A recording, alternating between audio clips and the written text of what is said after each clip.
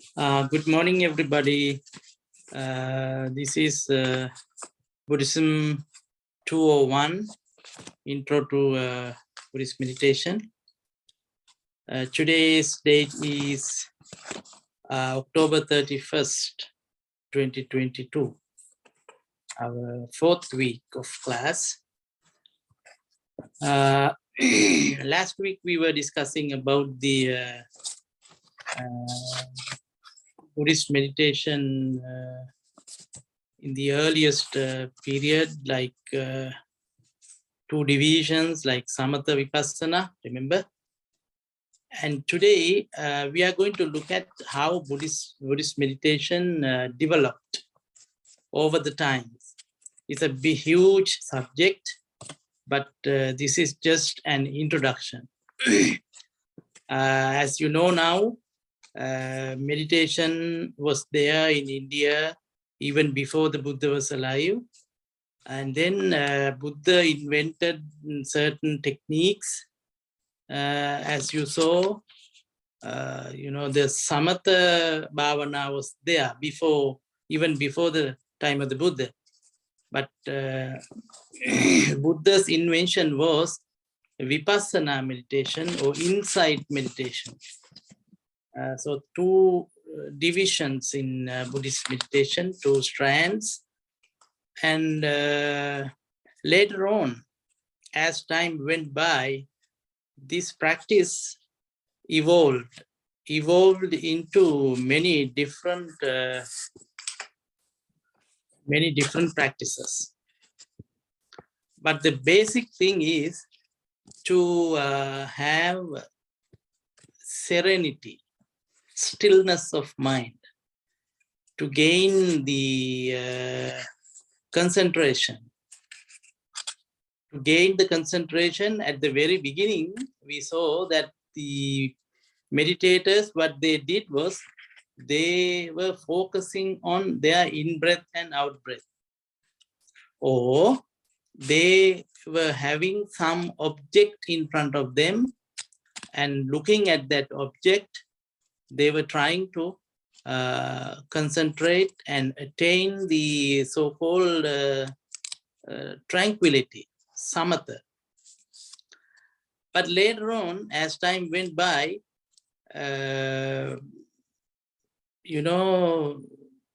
people introduced new things to the meditation.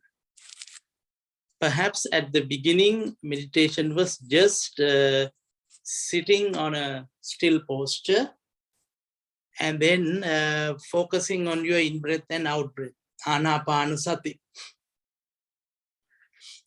But later, they came up with new ideas like walking meditation.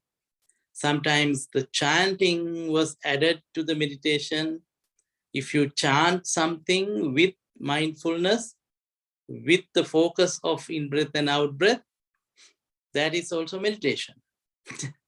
So in all kinds of postures you could do it, while walking, sitting, standing, or lying down. All those four postures, you can do meditation, you can practice meditation. But usually we think that to do meditation, in order to do meditation, you have to sit down in cross-legged posture. That is the average idea, to sit on cross-legged posture and close your eyes and practice whatever the meditation you do.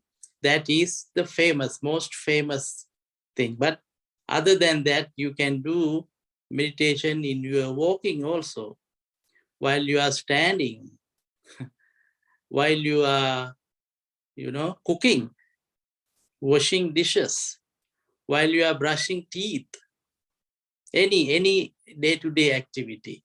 While you are engaged in that activity, if your mindfulness is there, if you are mindful of what you are doing, that is a sort of meditation. See how things evolved. For instance, let me tell you this thing. When you drink tea or when you eat an orange, okay, that's a simple activity, simple action that you do in your life, day-to-day life. But you mechanically do it. We all do the same thing. Mechanically, we are doing it.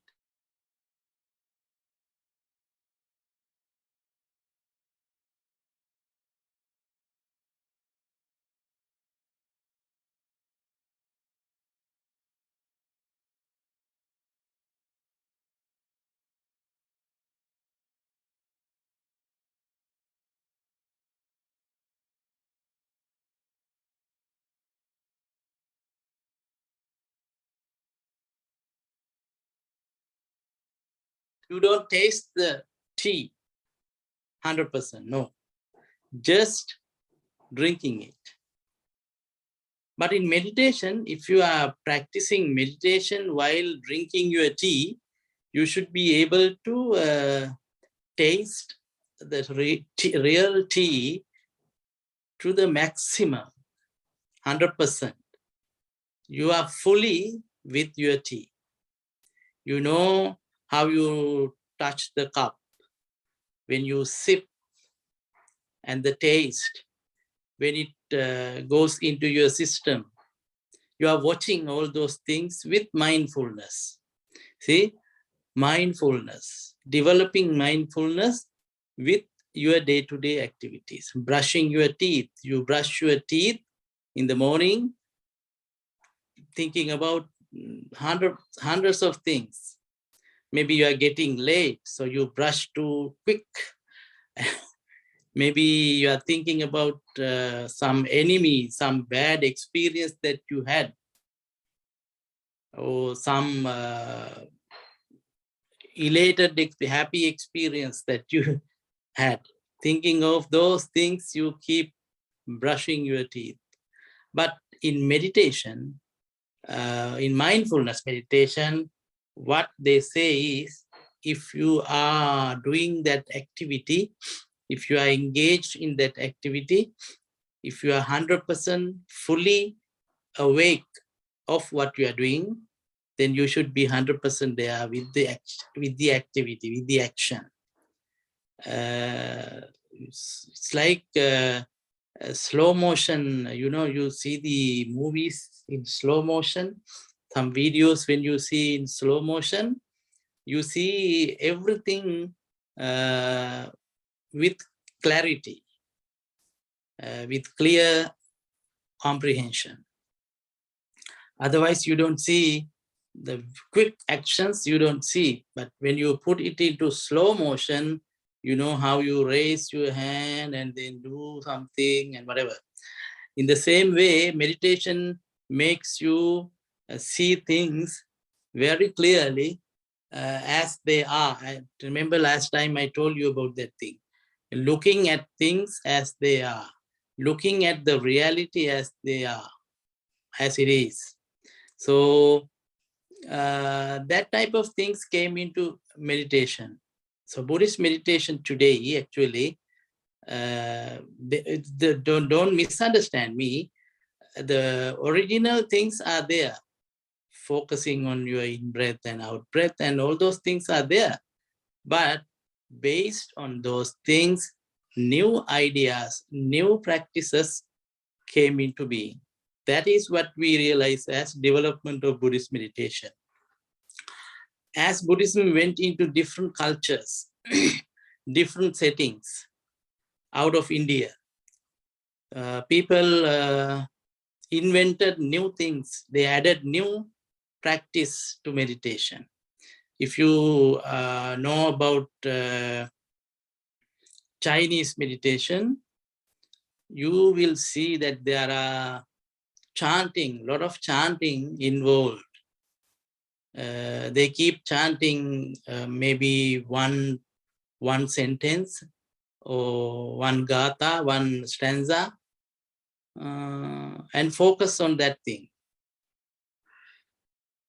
Chinese meditation, chant meditation. reciting certain things, engaging in certain rituals, they are taken as meditation. So that is the development of Buddhist meditation. Out of the history, if you look at the total history of Buddhist meditation, you will see now that there are trends in day-to-day, I mean, present day world. The trend is that mindfulness meditation is so popular. And the other one is Satipatthana. Satipatthana is mindfulness, but in different parts of the world, they have different, what you may call, excuse me,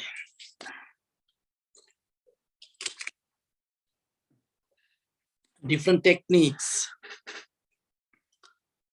to attain the tranquility, and also to frame your mind, train your mind to see things clearly, clear comprehension.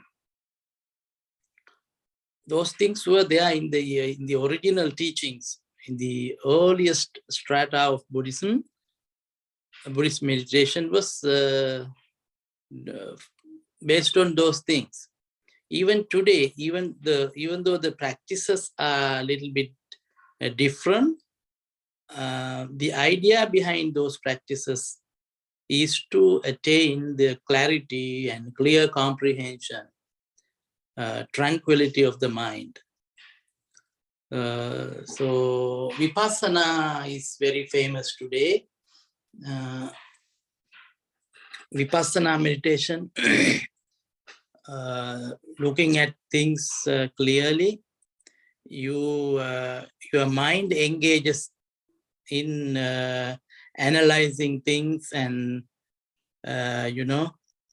looking at things, investigation of certain things, investigation about your feelings, investigation about your body, like scanning the body, things like that. There are many different types of meditation. So these are developments of Buddhist meditation, and not just in breath and out breath anymore. That is there, but there are many other things. Tibetan, if you go to Tibetan meditation, they have certain practices evolved in their tradition. In the Western world, now we have different practices involved with Buddhist meditation. And in Theravada countries, also they have Samatha and Vipassana. So many strands, branches of Buddhist meditation. But remember, the base is the same: attaining stillness of mind, attaining clarity of the mind. Maybe you have heard about Zen meditation. We will be discussing about this in the future classes. Zen meditation evolved in Japan or in China. Actually, origin is in China, but later it blossomed in Japan. Zen meditation, Zazen meditation, many different types. Sitting quietly without talking, trying to achieve the stillness of mind. And that relieves your suffering to a certain extent, make you a different person. So what I'm trying to say here is that the Buddhist meditation, over the time, it evolved into many different techniques. But the idea is the same thing. Idea is the same thing: to attain stillness of mind or concentration, clarity, being able to see things clearly, the sharpening those skills. So our original definition for meditation is mental development, right? Culture, mental culture, bhavana. That is there all throughout of this history. That basic definition is there, but the practices, different sorts of findings in that direction, in different countries, different cultures, they look different, but the idea is the same thing. So you will be able to talk about, originally about samatha and vipassana, and sometimes, you know, these two together, samatha and vipassana together. In early Buddhism, it talks about that thing. Together, you have to practice these two things, or separate. And later on, these practices evolved into many different types. So look at that history. History of Buddhist meditation and how it evolved, how it developed over time. And nowadays we have new findings, even in the medical field. Now doctors and nurses, they are discovering that meditation is helping them to gain good health, maintain good health, maintain good mental and physical health. You have to engage in meditation. So mindfulness is a big word now. Meditation is nothing else now but mindfulness. I think in your day-to-day activities also, if you can achieve a certain level of mindfulness in your actions, in your activities, that will be of greater benefit to you. Otherwise, joining this class and learning about these things is useless if you do not try to practice these things, right? Not 100%, but to a certain amount, you can just give it a try. Maintaining mindfulness in your day-to-day activities. You cannot do it for 24 hours, but just a simple activity, simple action. As I told you, take for example, the brushing your teeth, 1 minute, 2 minutes of your time. While brushing your teeth, what you need to do is to see whether you are fully there, 100% there with your action. Your mind should not go here and there while you are brushing your teeth. It should be there, brushing your teeth. You should be able to feel the taste of the toothpaste and the touch of the brush, right? All those things. You like slow motion, you weave the picture, slow motion. So that will bring you the mindfulness. And if you can practice this in your whole day activity fully, then suffering is not there. Understand this thing. Suffering is there when your mind goes here and there, and rest, when your mind rests on certain things, unhappy things, mostly unhappy experiences, or when you have future fantasies, when you live in fantasies, you are not in real world.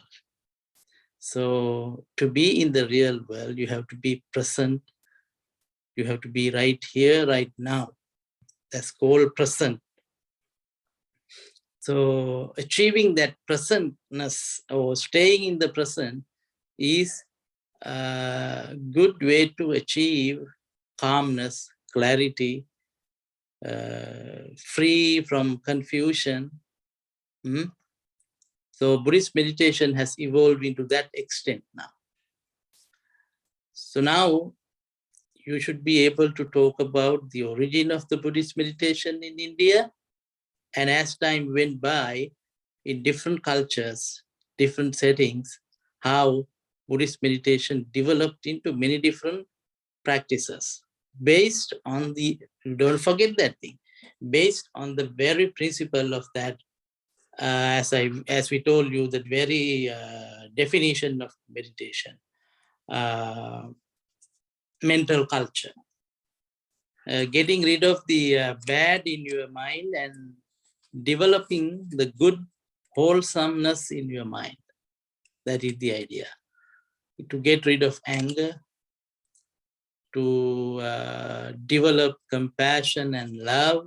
There are many types of meditation. We will be looking at some of those things in future classes. Loving kindness meditation, the specific sort of meditations that you could practice in your day-to-day life.